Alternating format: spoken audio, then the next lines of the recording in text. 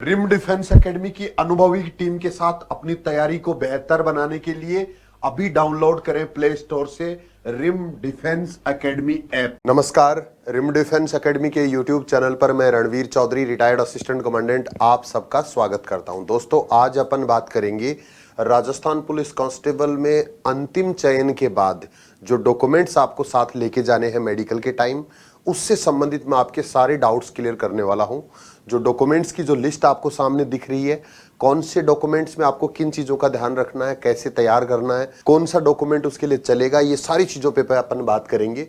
तो जो बच्चे पहली बार चैनल पे हैं, जो बच्चे मुझे पहली बार सुन रहे हैं, वो चैनल को सब्सक्राइब कर सकते हैं। जो नियमित मेरे स्टूडेंट हैं वो वीडियो को पूरा देखिए, जिससे आपको भी इसका फायदा मिल सके। साथ ही जो बच्चे नई वैकेंसी के लिए इंतजार कर रहे हैं और तैयारी करने वाले हैं, उनके लिए भी ये बहुत इंपॉर्टेंट है, तो वो भी पूरा वीडियो देखें तो उनको भी इसका फायदा मिल सके।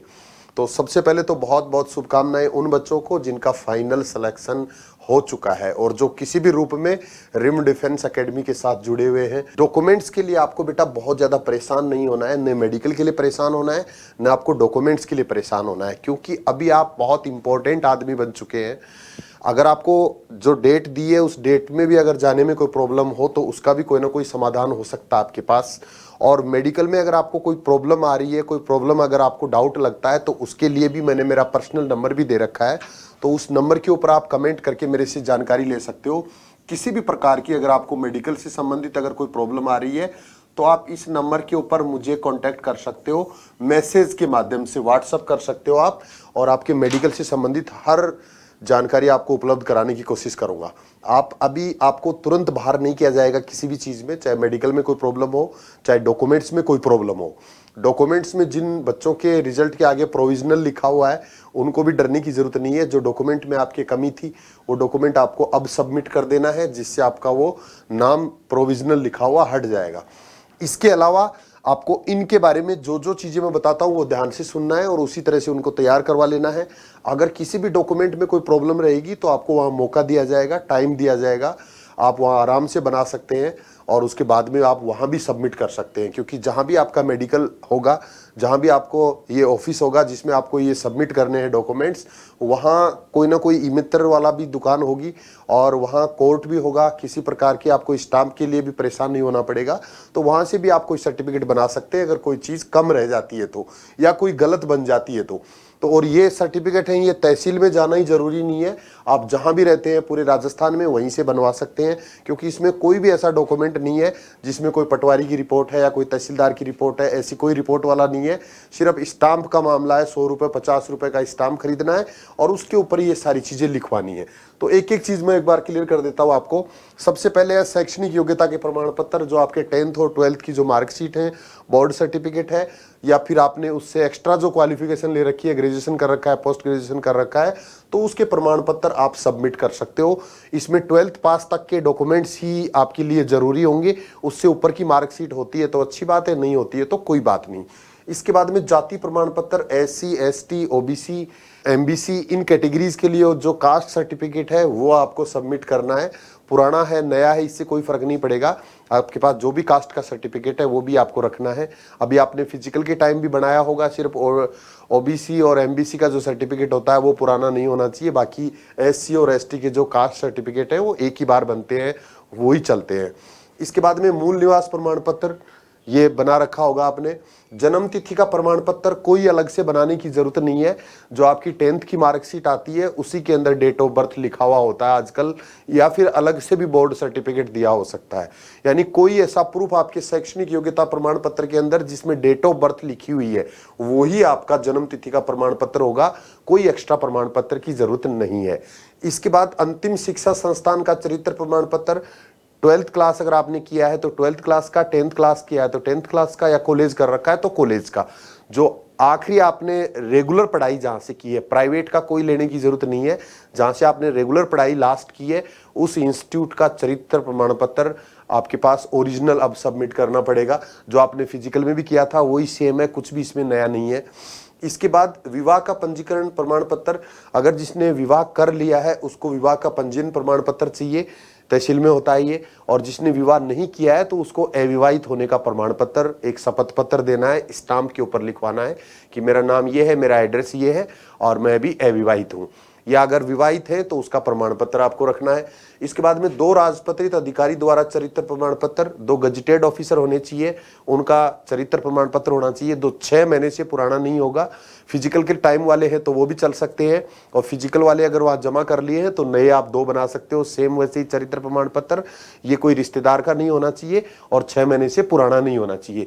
और जो सारे डॉक्यूमेंट्स मैं बता रहा हूं ये आपको इंस्ट्रक्शंस में भी दिए हुए हैं, जो फाइनल रिजल्ट जो डिक्लेयर हुआ है उसके नीचे नीचे ये सारी लिस्ट दी हुई है इसी क्रम में।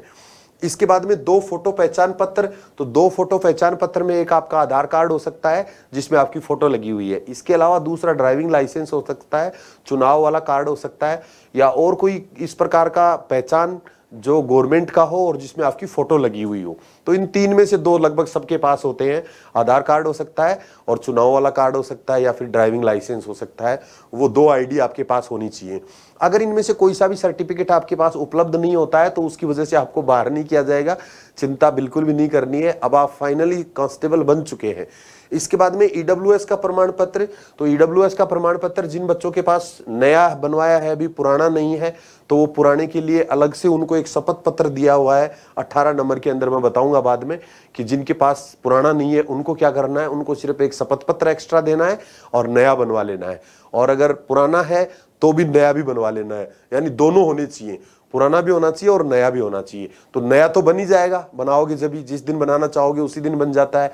और पुराना अगर जिस समय वैकेंसी निकली थी उस टाइम का अगर नहीं है तो उसके लिए एक शपथ पत्र देना होगा। वो मैं बताऊंगा लास्ट में क्या होता है, उस शपथ पत्र में क्या लिखना है, बट आपको चिंता करने की जरूरत नहीं है। इसके बाद में विशेष योग्यता के प्रमाण पत्र, विशेष योग्यता के अंदर एनसीसी है, होमगार्ड है या पुलिस से संबंधित डिग्री डिप्लोमा है, तो वो वाले ओरिजिनल सर्टिफिकेट आपको अभी जमा करने पड़ेंगे।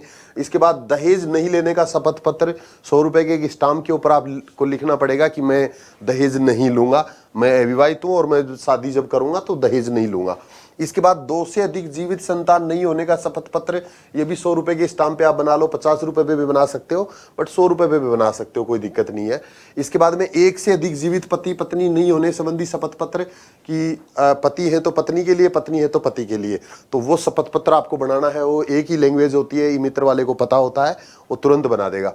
इसके बाद में आपराधिक गतिविधियों में सम्मिलित नहीं होने या सजायाफ्ता नहीं होने संबंधी शपथ पत्र, ये बहुत इंपॉर्टेंट है।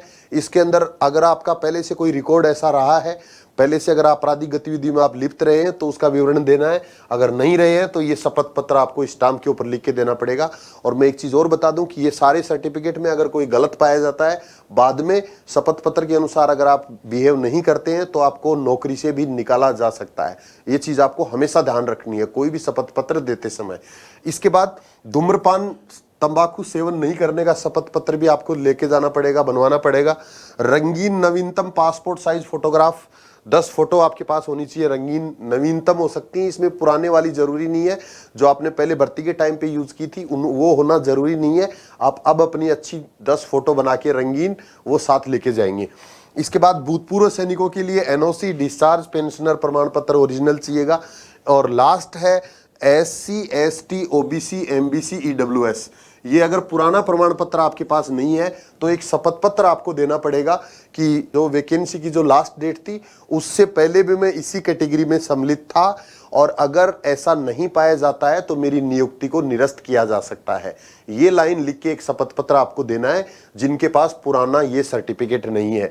SC, ST में तो कोई दिक्कत नहीं आती है, OBC में, MBC में, EWS में अगर आपके पास पुराना सर्टिफिकेट नहीं होता है तो आपके लिए ये जरूरी है।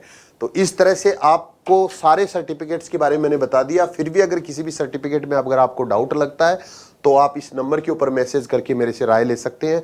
बिल्कुल निश्चिंत हो जाइए, आप फिजिकल आपका हो चुका है, रिटर्न हो चुका है, तो आप बहुत इंपॉर्टेंट है, और आपका मेडिकल भी हो जाएगा इसी तरह से, और डॉक्यूमेंट्स भी डिपॉजिट हो जाएंगे।